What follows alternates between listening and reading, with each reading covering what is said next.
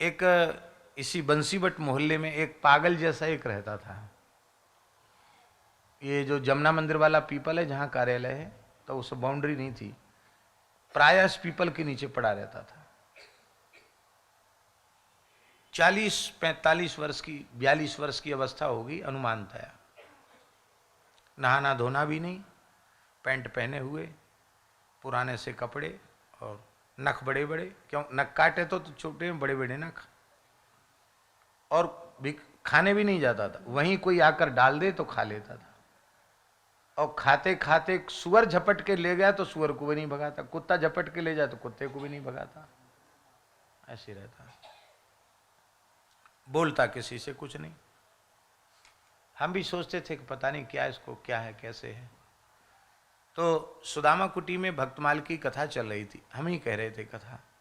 तो एक दिन माइक खराब हो गया, तो वो भीतर का माइक तो चल रहा था, बाहर वाला माइक बंद हो गया। तो वो जो पागल के वेश में थे ना, वो उठकर वहां से, जहां कथा का शब्द ठीक से सुनाई पड़े वहां आ गए। जगमोहन के बाहर आकर एक बन्ना की लता थी, उसके पास बैठ के सुनने लग गया। हम करमेती जी का चरित्र कह रहे थे। अब वो उधर नहीं, ऐसे ऐसे मुड़ के दीवार की तरफ बैठा। अब खिड़की थी जंगला, वो जंगले से वो हमारी तरफ देख रहा था, जनता की तरफ तो दृष्टि थी नहीं, ऐसे कोने में।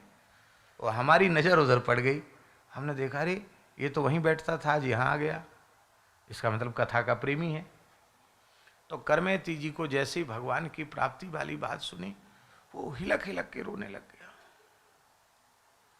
मेरी दृष्टि बदल गई, मैंने कह रही ये तो कोई प्रेमी महात्मा है, हम तो बहुत समय से इनको पागल ही समझते थे, तो इतना प्रेम से कथा सुनना, पागल तो ऐसे नहीं सुन सकता, इसकी झरझर आंसू बह रहे हैं आंखों से।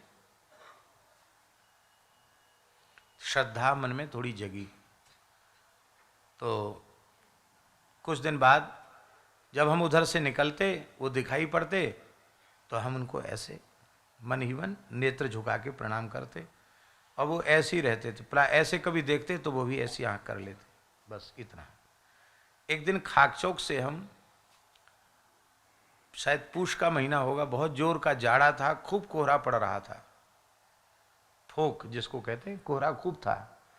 तो हम खाकचौक से जैसे ही लगभग रात्रि को 9 बजे उधर से चले, बहुत ठंड, एकदम घना कोहरा, बिजली का बल्ब का प्रकाश भी टिमटिमाता दिखे, इतना कोहरा।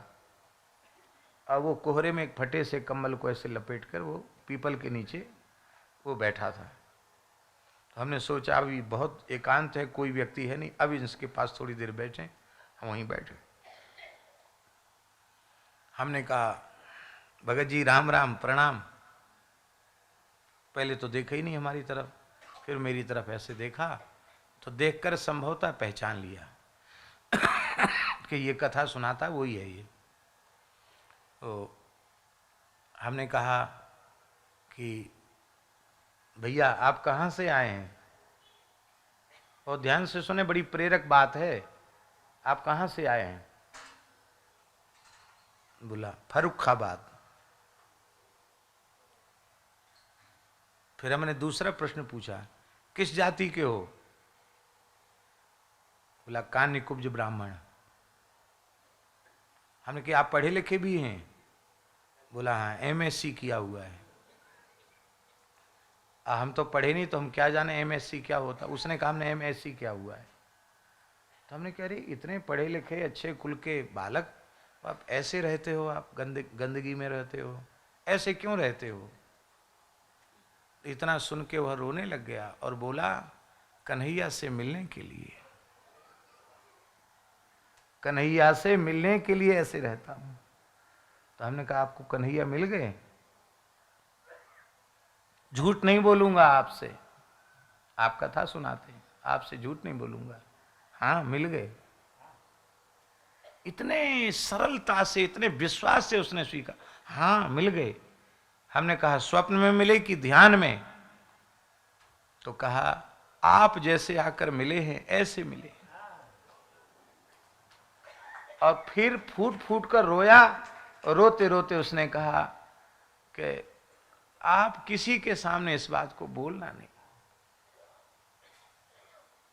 हमने कहा आप रोए नहीं। आपका शरीर जब तक रहेगा हम किसी के सामने कुछ नहीं बोलेंगे। नहीं बोला हमने, किसी को भी नहीं कहा कि अच्छे महात्मा है। बस फिर ना हम उनको छेड़ते, दूर से ही उनको नमस्कार करते। वो अपने थोड़ी बहिर्मुख अवस्था में होते तो वो नेत्र झुका लेते, नहीं तो जिसको योगी लोग कहते उन्मुनी अवस्था, तो सहज उन्मुनी में वो रहते थे। और ऐसे ही कुछ समय बाद, शायद 1 साल बाद, उन्होंने खाना पीना छोड़ दिया और फिर कुछ भी कोई डालता खाने के लिए, कुछ खाते भी नहीं, वहीं उनका शरीर पूरा हो गया। लोग उनको जमुना जी पधराए। मेरे सामने की घटना है।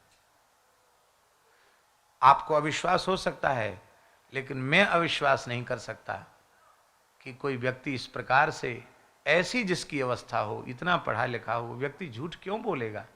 उसको हमसे कुछ चाहिए क्या जो झूठ बोलेगा? हम तो झूठ बोल सकते हैं, हमको चाहिए, वो तो नहीं बोलेगा झूठ।